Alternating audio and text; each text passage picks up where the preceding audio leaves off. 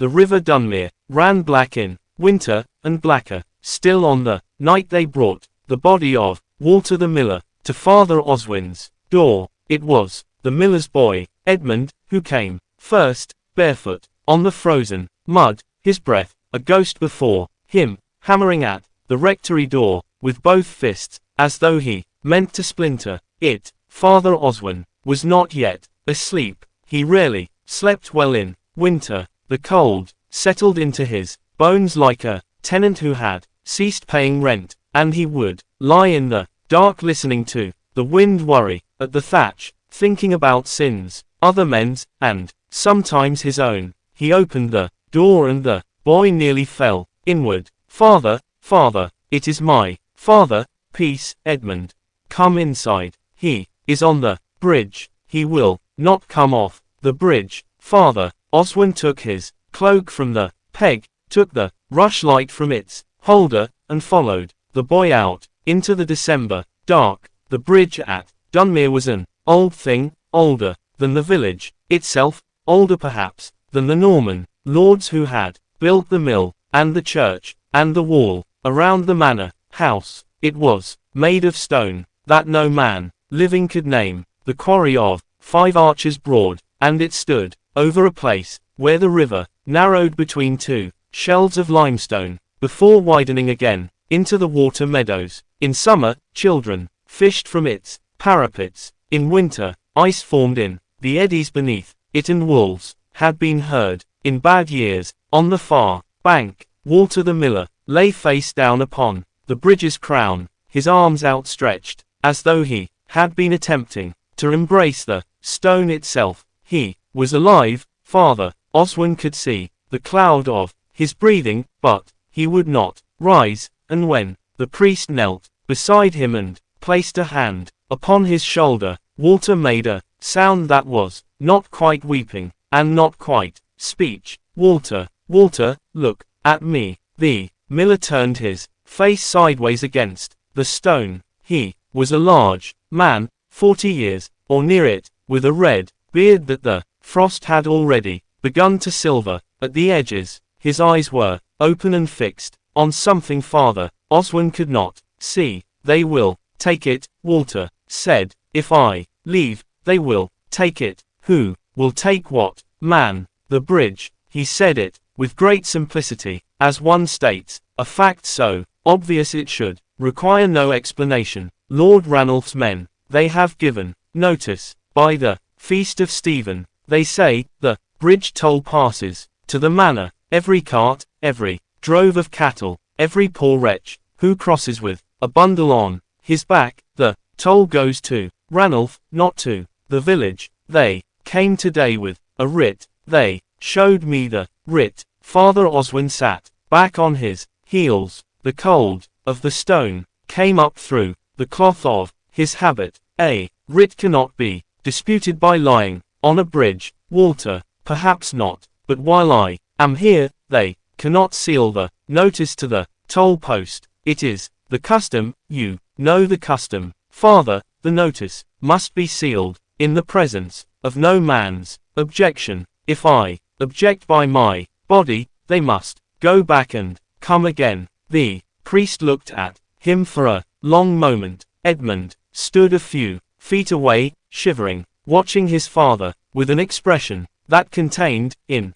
equal measure, terror, and a kind of reluctant admiration. How long do you intend to lie here, Father? Oswin asked. Until I think of something better. By morning, half the village knew. By noon, the other half. Word had a way of traveling in Dunmere that defied the usual physics of distance. A thing said at the mill was heard at the forge within the hour, and at the far cottages by Compline. What Walter had done became, in the telling, something between a jest and a legend. Old Agnes Tallis said he had lain there all night, like a saint, awaiting a vision. The blacksmith, Hugh Foreman, said he was a damned fool. Both of these things were true. Lord Ranulph's steward, a thin man, called Geoffrey of Stoke, appeared at mid-morning with 2 men-at-arms and the writ in question, only to find not Walter alone,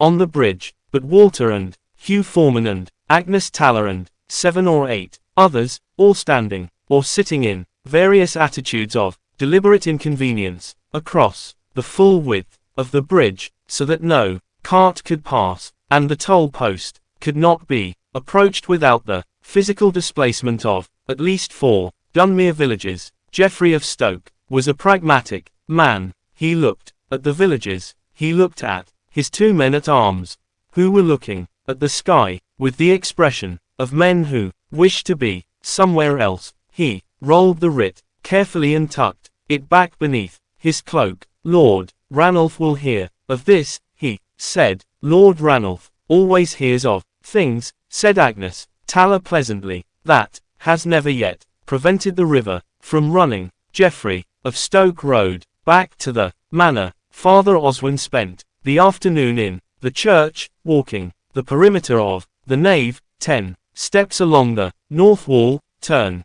10 steps to the altar, turn 10 steps along the south wall, as though his thoughts were a horse that needed exercise to settle. He walked it many times that afternoon. The situation was not complicated. Lord Ranulph held the manor by grant of the crown. If the writ was genuine, the toll would pass to the manor. The bridge toll had paid for the repair of the mill wheel. Twice in living memory had replaced the thatch on 6 of the poorest cottages after the storm of 1209, had kept the road passable between Dunmere and Hartfield through 3 hard winters. Without it, the village would not starve. Men found ways not to starve, but it would be leaner, and the leanness would fall hardest on those who were already thin. Father Oswin stopped walking. He was thinking about a document he had seen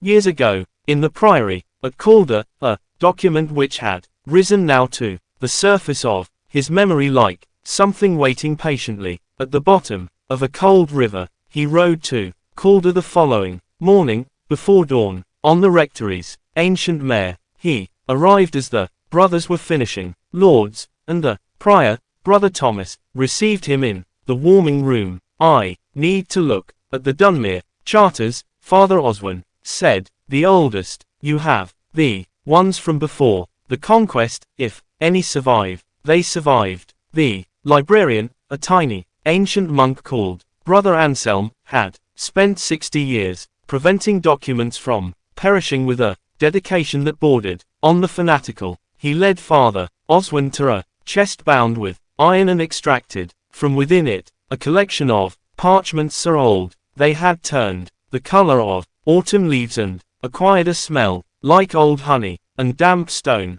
It was a grant of rights in Latin, dating from the reign of Ethelred, before the Normans, before the conquest, before Lord Ranulph's grandfather had ever set foot on English soil. The bridge at Dunmere was granted in perpetuity to the communitas villae, the community of the village, for the maintenance of the road and the welfare of travellers. Does this hold? Father Oswin asked. Brother Anselm considered. The conquest invalidated much, he said, carefully, but not all. Whether this particular grant has been confirmed, I do not know, but it has not been revoked. I would know if it had been revoked. May I have a copy? You may have the copy I made of it in 1193, said Brother Anselm, when I feared the original might not last another winter. I have been wondering these 30 years whether it would ever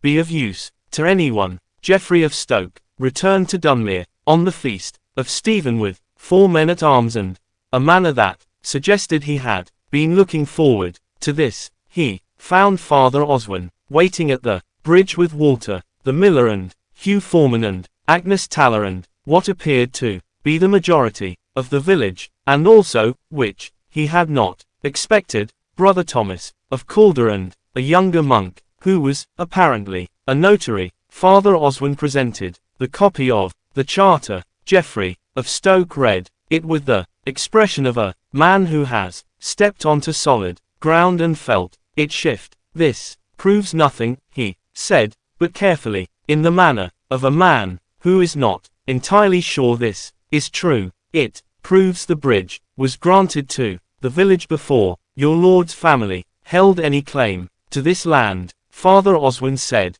Brother Thomas has agreed to carry copies of both this document and your writ to the bishop for adjudication. These things take time, months, perhaps longer. Geoffrey of Stoke looked at the charter. He looked at the bridge, upon which a large number of Dunmere villages were sitting and standing, with the patient immobility of people who have nowhere in particular to be. He looked at Brother Thomas, who smiled at him with the serenity of a man entirely comfortable with the passage of time. Lord Ranulph will not be pleased, Geoffrey said. Lord Ranulph, said Father Oswin, holds his manor at the pleasure of the crown, as we all hold what we have at the pleasure of God. Geoffrey of Stoke rolled the writ. I will consult Lord Ranulph, he said. He did not come back. The matter was never precisely resolved.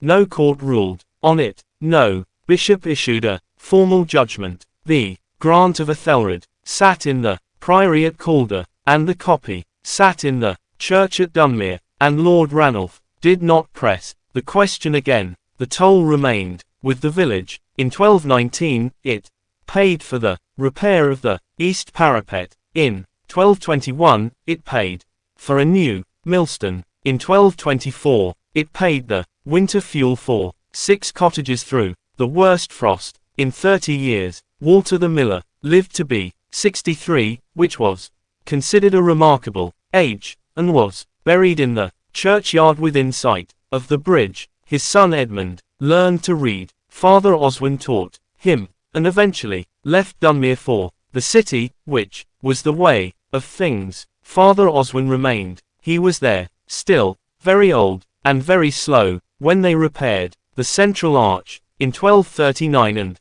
found beneath the capstone a piece of worked stone, with markings in a script that predated not only the Normans but the English themselves. He held the stone in his hands for a long time, standing on the bridge, in the autumn sun, the river running below him, clear and cold, and indifferent to the passage of centuries. He thought about how long things lasted when someone troubled to preserve them. He thought about Brother Anselm, dead 12 years, and about a document copied in 1193 from a document written before memory, and about a miller's boy hammering on a rectory door in the dark. He set the stone back in its place. The river ran on